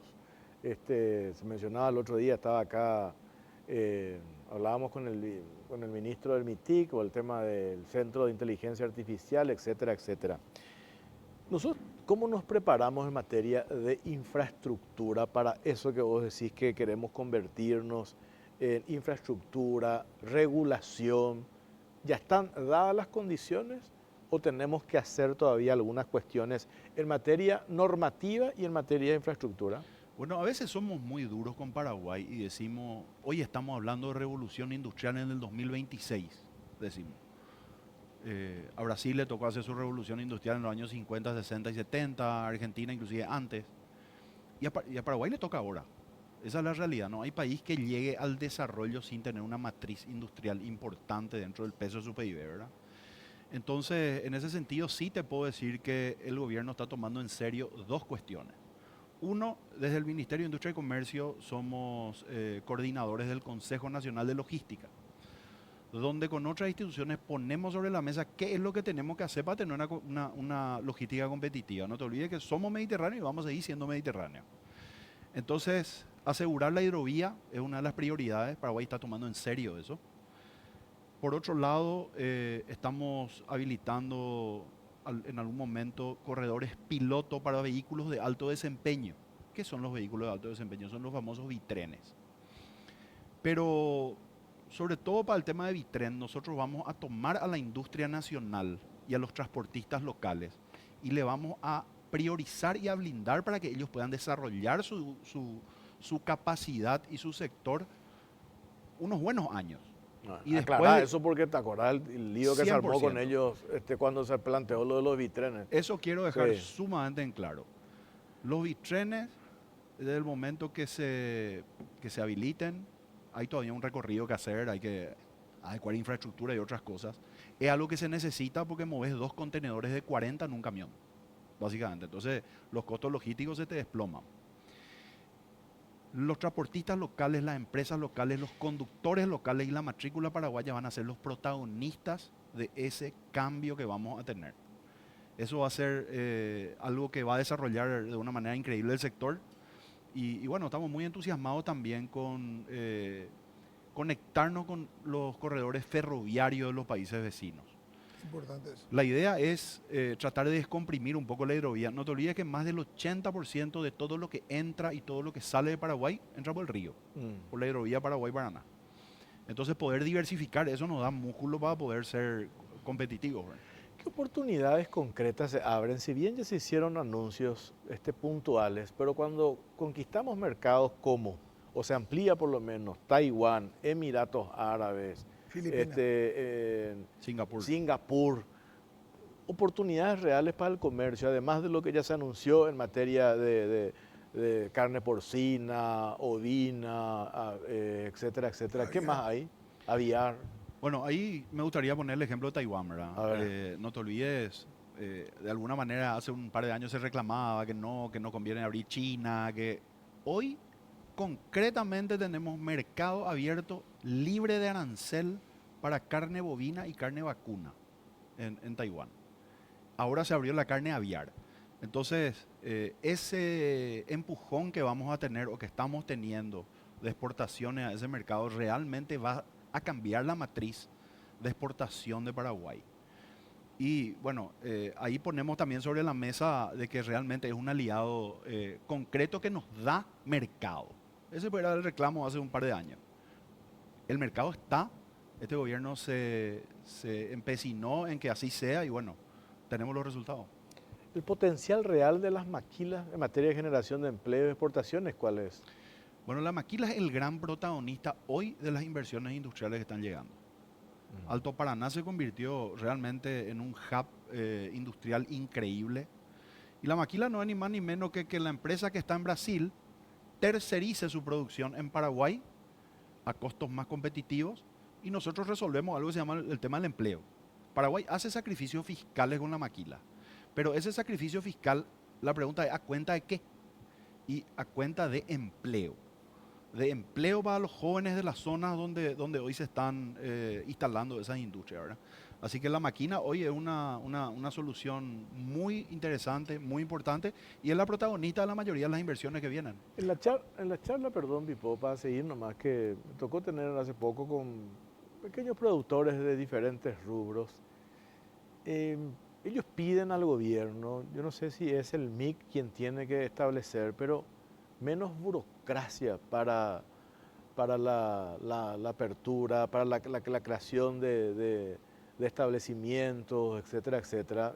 Un productor, ya sea de pollo, de cerdo, tiene que, impacto ambiental en el MADES, patente, en CENAVE, INAM, todo, por supuesto se tiene que hacer, nadie dice que no se haga, cuestiones de bioseguridad, etcétera, etcétera, pero me decían, ¿cómo nos lleva demasiado tiempo cuando tenemos que estar trabajando en finca de las 4 de la mañana? ¿Cómo simplificar esos procesos burocráticos que se tienen que hacer, obviamente, ¿verdad? En esta línea de formalización?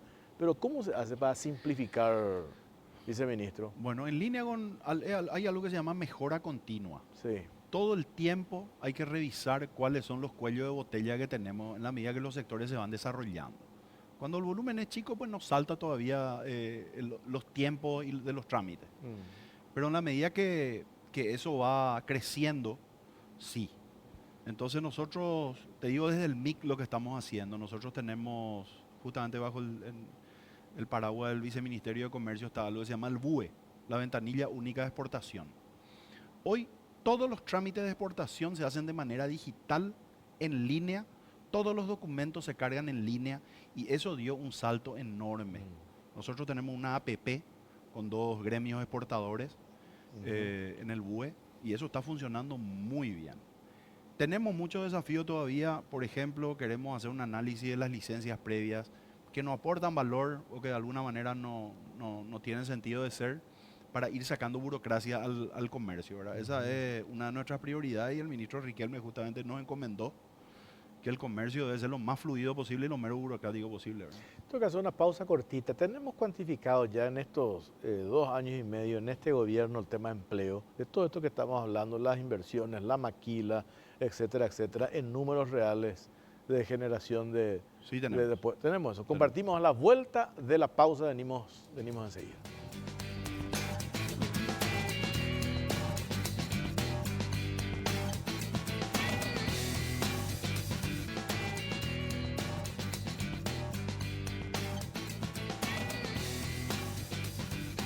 Cuarto bloque en Cara o Cruz, seguimos con Alberto Sborowski, él es viceministro de Comercio y Servicios.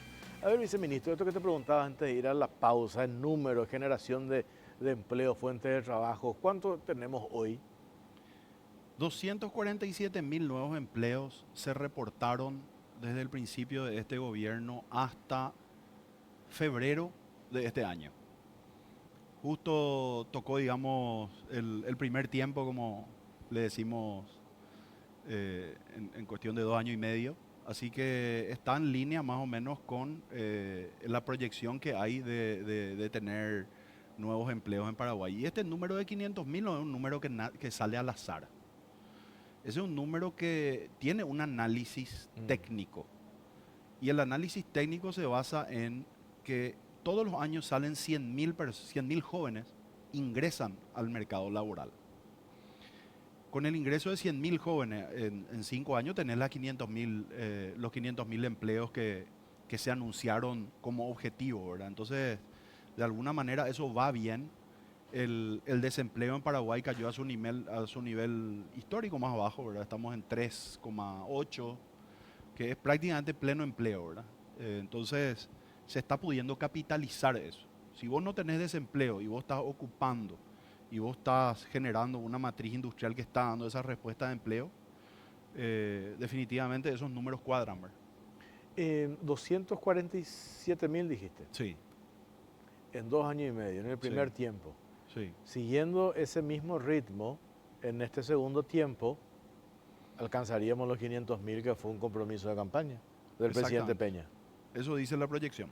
Eso dice la proyección. Y están dadas las condiciones, si en estos 2 años y medio, que es una etapa de formalización, de conquista de mercado, etcétera, uno supone que se llega a lo que se había prometido en campaña, digo. Yo creo que si seguimos en esta senda Sí. y sobre todo con los crecimientos sólidos que venimos teniendo y macroeconómicamente bien estables, yo creo que podemos llegar a esos números y realmente va a ser un cambio de paradigma, ¿verdad? Porque es resolver realmente el empleo de la gente que está saliendo al mercado laboral, ¿verdad? No es un tema menor. El grado de inversión que hablamos, que logramos, ¿cómo impacta eso en el comercio? El grado de inversión es un check que justamente lo que comentaste, que un Peter Thiel o Google o empresas globales que miran Paraguay y se instalan, los tienen en cuenta. Es como O decir, sea, sin bueno, eso no te vienen acá. ahí está. Entonces, más que otra cosa, es un check que te hace subir un escalón en términos de quiénes son los que te están mirando, ¿verdad? Hay muchas empresas que si no tenés grado de inversión, definitivamente ni siquiera lo van a tener en cuenta, ¿verdad? Hay una cuestión también que es el tema del grado de inversión, es el tema de las líneas de crédito que se pueden conseguir para financiar esas cuestiones. Estaba justamente hablando con el tema de vivienda nomás, las tasas de interés que está manejando el MUB 6,5, 9,9 a 30 años, tasas bajas, muy bajas, que se consiguen con bonos emitidos internacionalmente en guaraní, a 10 años, al 6,5, a 30 años, ¿cuánto en dólares? 5,5 a 30 años, una cosa así. Tasas bajísimas, casi únicas en Latinoamérica, ¿verdad? Eso genera también un impacto muy grande a la hora de que los comerciantes puedan acceder a créditos para invertir, para desarrollar, para generar más. O sea, el inversionista local mismo, que diga, yo quiero ampliar mi producción avícola, quiero ampliar mi producción ganadera, va a conseguir también una mejor tasa de interés, un mejor dinero más barato para producir y ganar más. Ahí yo creo que está la clave, ¿verdad? ¿No? Yo creo que el sector donde más se puede ver el impacto del grado de inversión es el sector financiero. Definitivamente los costos de financiación caen porque tenés menos riesgo. Sencillamente vos le prestás más barato a intereses menores a alguien que tiene mejor crédito. Claro. Y ese grado de inversión es ese check que justamente te da ese acceso. De todos modos, Paraguay, nosotros siempre decimos desde el MIC, no hay revolución industrial sin financiamiento.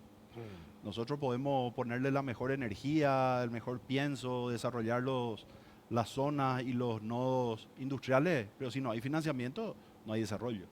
Entonces el financiamiento es la clave y el punto de partida para todo esto que está ocurriendo en Paraguay. ¿Hay un camino todavía por recorrer? Sí, pero de alguna manera eso nos va a ayudar muchísimo a que los bancos se puedan calzar a mejores costos y obviamente crear productos, digamos, para los diferentes sectores.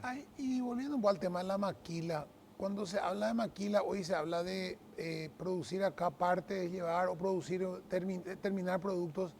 Eso tiene una segunda fase que es también avanzar en el porcentaje del trabajo que se hace acá, ¿verdad? O sea, tiene que ir creciendo con el tiempo, ¿verdad? Así mismo, justamente la ley de maquila lo que hace es indexar el empleo dentro de la ecuación, ¿verdad? Se hace un sacrificio fiscal y en la medida que vos vas teniendo saltos de partida arancelaria, o sea, vas generando valor en tu producto, vos vas calificando, digamos, para este régimen, ¿verdad? Que es el régimen de inversión estrella. Muchas empresas brasileras, tenemos ejemplo de monstruos textiles que hoy están instalados y están produciendo en Alto Paraná.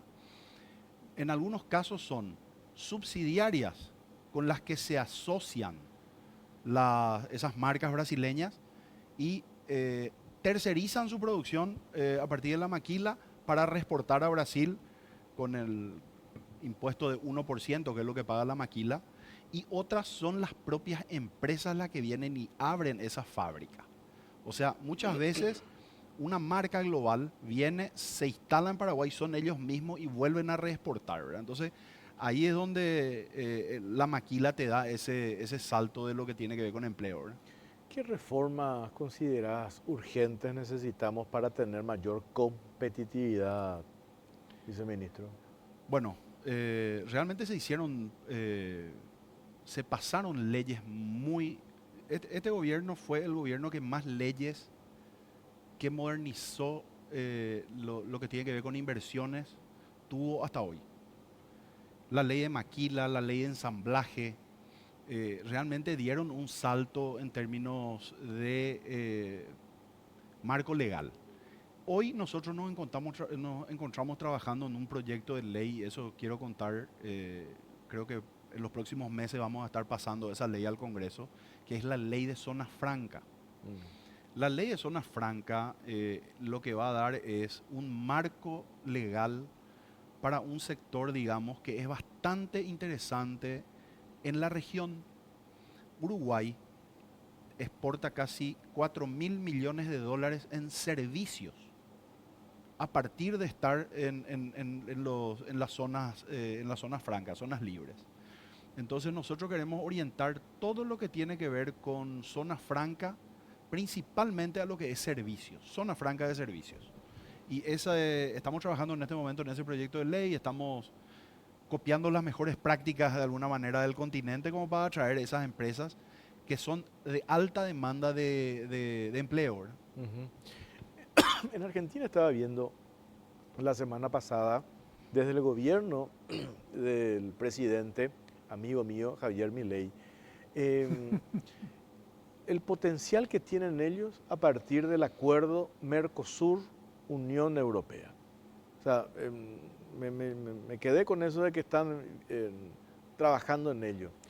Yo recuerdo el hoy jefe de gabinete, que estaba anteriormente como ministro de Industria, Javier Jiménez, había presentado ante el sector de la producción todo el abanico de opciones de mercados que tenemos con el acuerdo Mercosur-Unión Europea. ¿Qué estamos haciendo hoy para avanzar en esa línea de lo que en su momento nos había mostrado el anterior ministro de Industria? Bueno, Alberto. Antes que nada, el 1 de mayo de este año entró en vigor el acuerdo. Los congresos de los países del Mercosur refrendaron eso y los presidentes promulgaron, digamos, el Tratado de Libre Comercio. Europa encontró la manera también de poder aplicarlo ya, en este momento, y lo que da es una oportunidad. Yo quiero viendo, tenés algunas cuestiones que tienen, algunos productos que tienen cupos y otros que no tienen cupos. Los productos que tienen cupos, de alguna manera, son volúmenes no tan interesantes para, si vamos a dividir en todo lo que produce el Mercosur, para que vos tengas una idea, el cupo que tenemos de carne libre de arancel es para que un europeo coma 200 gramos de carne en un día. Eso es lo que es libre de arancel, el cupo. Pero después tenés las otras cosas que no tienen cupo. Artículos de cuero, textiles y muchísimo. ¿No tiene cupo? ¿Qué quiere decir? ¿Podemos enviar lo que...? No hay límites límites de libre de arancel. Obviamente hay una gradualidad. Porque cuando hablamos de cupo nos dividimos con los países socios del Mercosur. Correcto, que entre paréntesis Sí. no nos estamos poniendo de acuerdo No, y así eso es. se está generando un problema y realmente estamos un poco disconformes nosotros con la actitud en este sentido. Pero Brasil y Argentina no están ahí. Y de Uruguay. Uruguay. Entonces ahí sí hay una cuestión, digamos, que estamos Sí.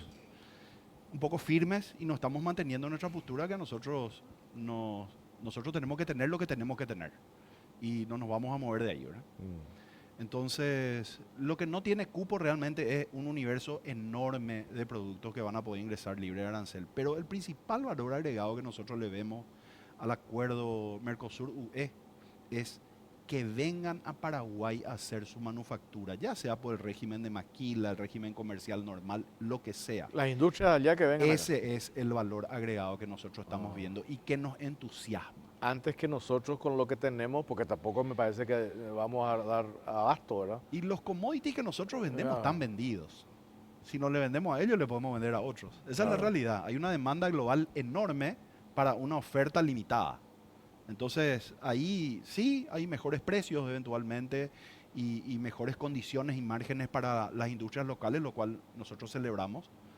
Pero lo que queremos es que lo vean a Paraguay como un hub de instalación de industrias, tanto para exportar a la Unión Europea como a Mercosur. Y ahí es donde nosotros estamos haciendo mucho énfasis en lo que es atracción de inversiones de empresas de Europa. ¿Qué rubros? Te digo, estuvimos con una empresa del sector porcino, la líder mundial en lo que tiene que ver con jamón serrano y subproductos de valor agregado del cerdo. Estuvimos con la empresa más grande de ropas deportivas de España. Ellos manifestaron que más temprano que tarde van a venir a explorar el mercado. Empresas de confecciones, empresas textiles. Y realmente es increíble el interés que hay. Sobre todo cómo están tocando las puertas y cómo están averiguando a través de Rediex, que es el organismo que tiene, el viceministerio que tiene el MIC, digamos, en lo que tiene que ver con aterrizaje de inversiones. Es impresionante, si venían antes, no sé, 5 empresas a la semana, hoy vienen 40. Yo sé que vos sos, no sos político, sos técnico, pero vos te das cuenta, Pipo, la semana pasada habíamos hablado con el ministro de Urbanismo, con el ingeniero Baruja, la necesidad de darle continuidad a este proceso. No quiero llevar esto solamente al tema político, pero más allá del tema político, todos estos logros o estos avances significativos que obtuvimos en 2 años y medio, tenemos que darle continuidad.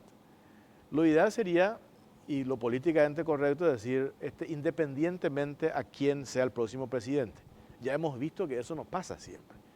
Porque quien conquista el poder tiene sus preferencias políticas, ideológicas, guiños que le hacen a China continental o por otras ambiciones. En el gobierno anterior hemos visto que avances significativos se dejaron de lado.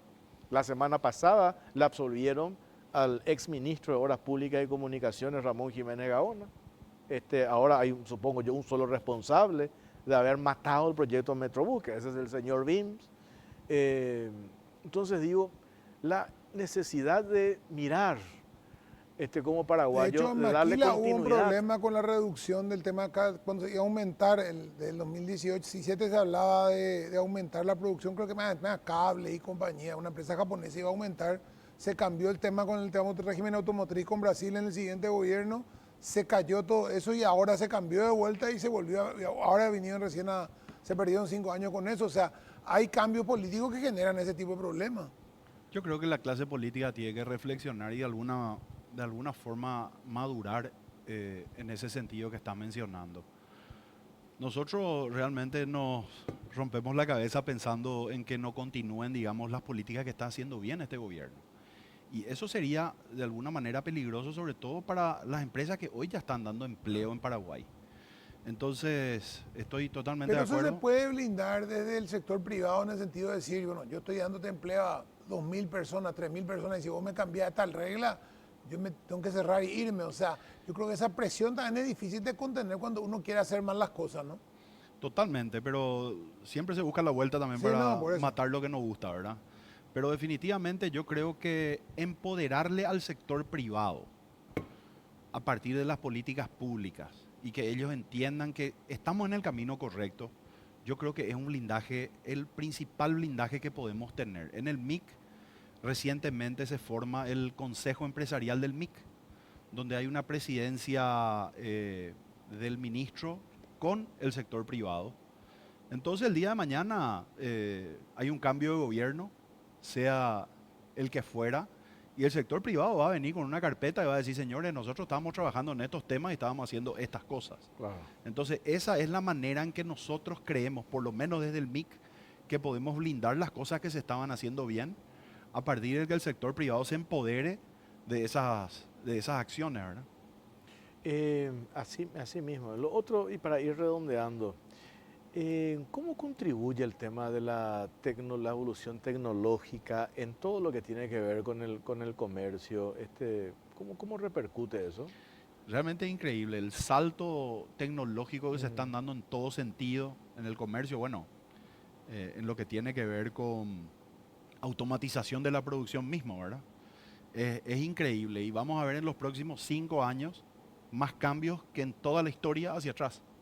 Entonces, ahí es donde estamos muy entusiasmados en que Paraguay pueda abrazar, digamos, todos estos modelos tecnológicos de desarrollo para el comercio. Pero definitivamente el sector privado es un sector sumamente dinámico y a medida que hayan herramientas nuevas, ellos lo van implementando. No te olvides, la inteligencia artificial hoy está prácticamente en todos los procesos comerciales, industriales, de servicios. Así que eso sí, definitivamente está dando que hablar.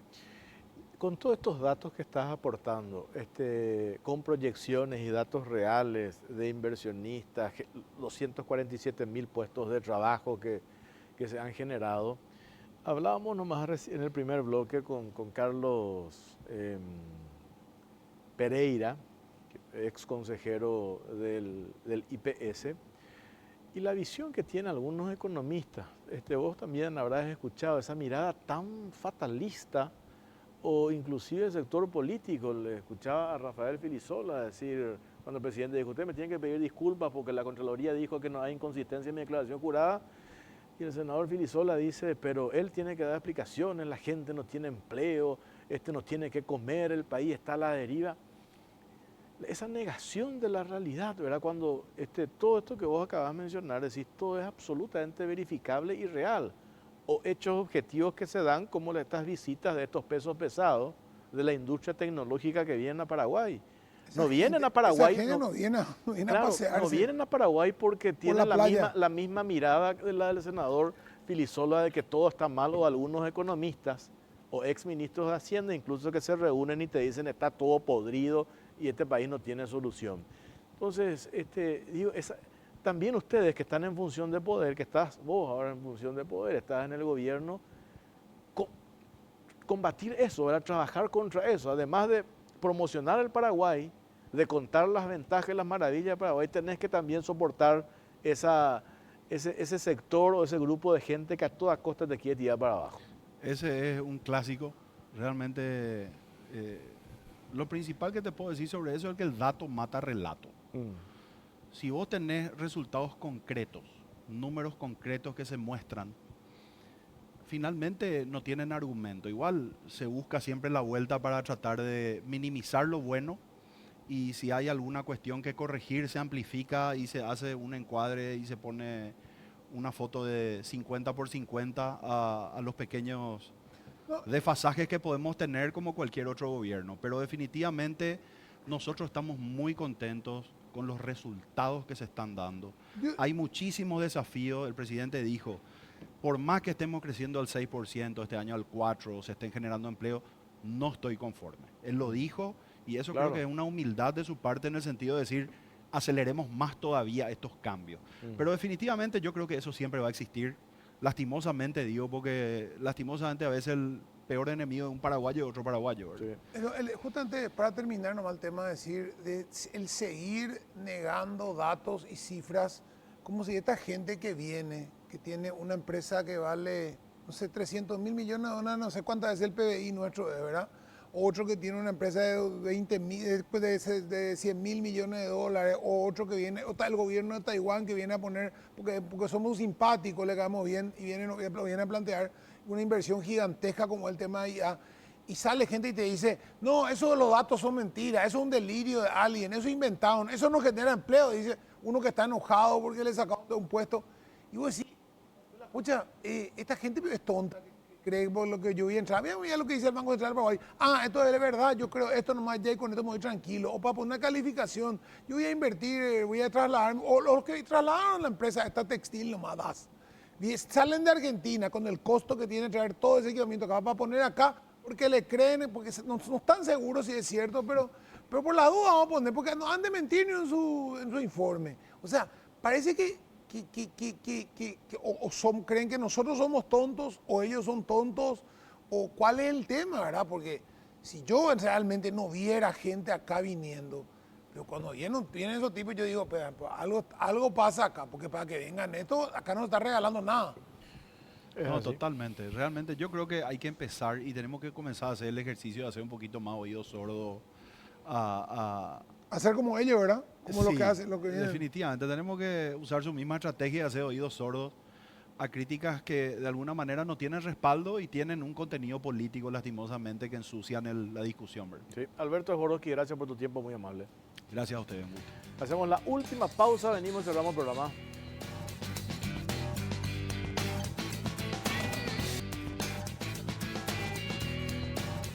Bueno, ya no tenemos tiempo y pues nos vamos. Nos vamos, chao. Nos reencontramos el próximo domingo con el resultado ya hasta ahora de quién ganó las internas Sí, señor. en el Partido Colorado, ¿verdad? Y la no sé qué otra interna. No sé. Bueno, Creo que no hay nos otra vamos. Chao, chao, chao, chao.